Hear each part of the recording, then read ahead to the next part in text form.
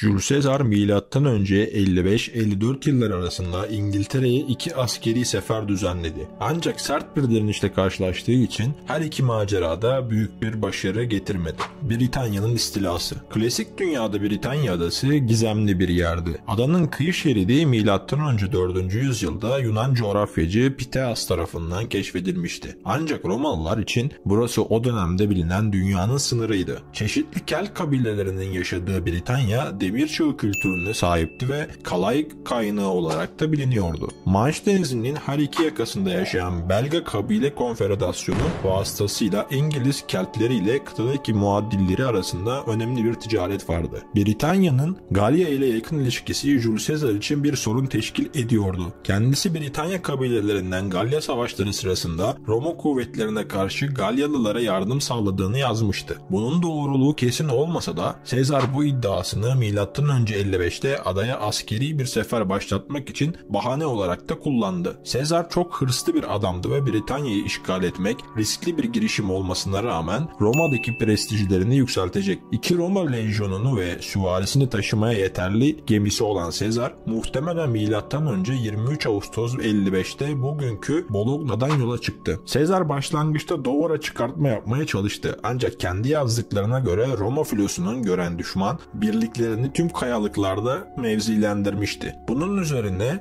Cantium yani Kent kıyısındaki Walmer ve Peguel körfezine çıkıncaya kadar denizde 7 mil seyir gerçekleştirdi. Bu sırada İngilizler askerleri derin kıyılarda karaya çıkartmak zorunda kalan Roma gemilerini takip etmişlerdi. Yine Caesar'ın yazdığına göre Romalı askerlerin karaya çıkmasıyla ilgili endişeleri 10. Lejyon'un isimli bir sancaktan tarafından çözülmüştü. Gemiden ilk atlayan kişi olan Bayraktar, "Atlayın askerler, kartallarınızın düşman karşısında yenilgiye uğramasını istemiyorsanız atlayın. En azından ülkeme ve generalime karşı görevimi yaptığım söylenecek" diye bağırmıştı. Yaşanan şiddetli çatışmaların ardından Romalılar karaya çıkmayı başardı ve bölgeye Caesar'ın İngiliz büyükelçilerini kabul ettiği bir ordugah kuruldu. Bununla birlikte Roma gemilerinin çoğu Britanyalıların bir kez daha saldırmaya sevk eden yüksek gelgitler ve patlak veren bir fırtına sırasında hasar gördü. Romalılar direnmeyi başarmış olsalar da Britanyalılar Caesar'ın kuvvetlerine savaş arabalarıyla taarruz etti. Yaşanan gelişmeler üzerine Caesar, kışı İngiltere'de geçirmenin getirebileceği riskleri göze almadı ve ordusuyla Galya'ya döndü. İkinci istila. Roma'nın Britanya'yı işgal etmeye yönelik ilk girişim başarılı olmamıştı. Ancak Caesar bu macerasını daha çok bir keşif seferi olarak nitelendirmeye çalıştı. Ertesi yıl için çok daha iddialı olan ikinci istilayı hemen planladı. Buna göre 5 lejyon ve 2000 süvari sahile çıkarma yapmak için özel olarak tasarlanmış gemilerde Manş'ı geçeceklerdi. Romalılar günümüzde Pas de Calais olarak bilinen yerde o dönemde bulunan Portus Itius adlı limandan yelken açtı. Caesar 800 gemisi olduğunu iddia etse de bu sayı muhtemelen hem ticaret hem de donanma gemileri içeriyordu. Milattan önce 54 yazında bir kez daha kente çıkan Caesar kuvvetlerini hemen iç bölgelere sevk etti. Romalılar Stour Nehri'ni geçti ve Canterbury'ın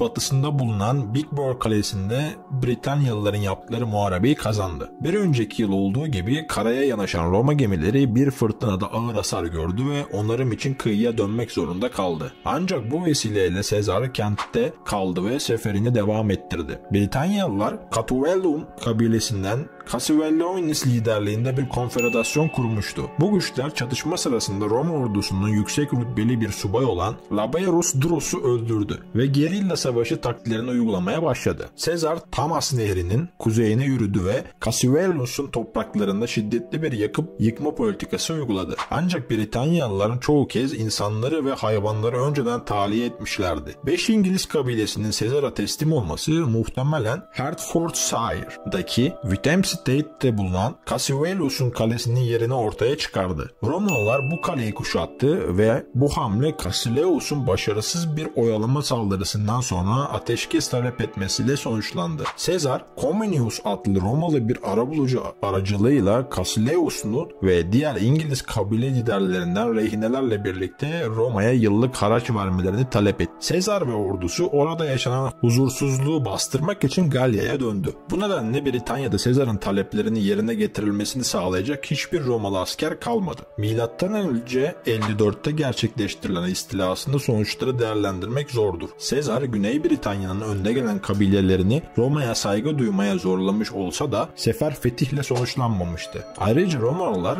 Cassivelus'un muharebe sahasında tam olarak mağlup da edememişlerdi. Sezar bir daha asla adaya gelmedi ve Britanya İmparator Claudius'un milattan sonra 43'teki işgaline kadar Roma yönetimi altına girmedi. Korkunç bir görünüm. Jules Caesar eski Britanya'nın coğrafyası ve insanları hakkında birçok gözlemi kaleme aldı. Caesar, Galya Savaşı adlı ünlü eserinde Britanya'nın ilk ayrıntılı tasvirini yapmıştır. Aslında kendisinin Britanya tecrübesi Kent ve Tamas Vadisi ile sınırlıydı. Buna rağmen adanın coğrafi anlamı oluşturmaya yetecek kadar bilgi topladı. Yanlış bir şekilde Britanya'yı üçgen biçimli şekilde tanımladı. Ancak İrlanda Denizi çevresindeki yerler hakkında nispeten daha doğru bir farkındalık sergiledi. Bu kapsamdaki tespitlerini İrlanda olarak adlandırılan batı taraf hesaplara ve Britanya'nın yarısı kadardı. Ancak İrlanda ile Britanya arasındaki mesafe Galya'dan Britanya'ya olan mesafeye eşittir. İrlanda ile Britanya arasında Mono Adası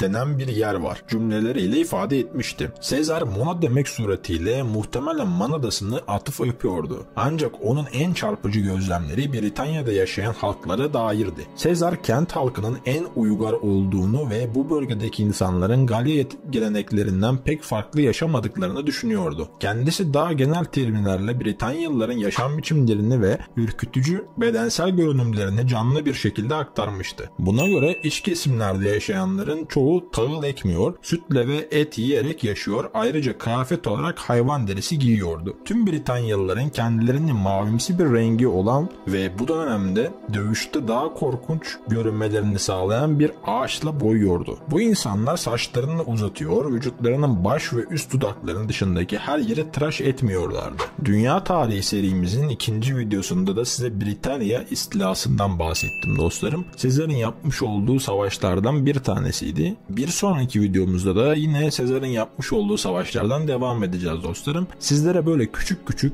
10 dakikaya sığabilecek videolar çekerek aslında tarih konusunda da ufak da olsa bir bilgi sunmayı, çok detaya girmeden herkesin anlayabileceği şekilde sizlere bilgiler sunup sizlerin de bilgilenmesini sağlamak istediğim için bu tarz videolar çekiyorum dostlarım. Umarım bu videomu da beğenmişsinizdir. Son 2 hafta içerisinde videolarımızın izlenmesi ve abone konusunda biraz sıkıntı çekmekteyiz. Bunun için sizlerden çok destek istiyorum dostlarım. Çünkü gerçekten bir videoyu çekerek ve render yapma süreçleri beni yoran bir süreç. Ama bunu sizlere aktarmak istediğim için uğraş vermeye devam edeceğim dostlarım. Bir dahaki video gelene kadar kendinize çok iyi bakın. Görüşmek üzere Eğitim Masası ailesi.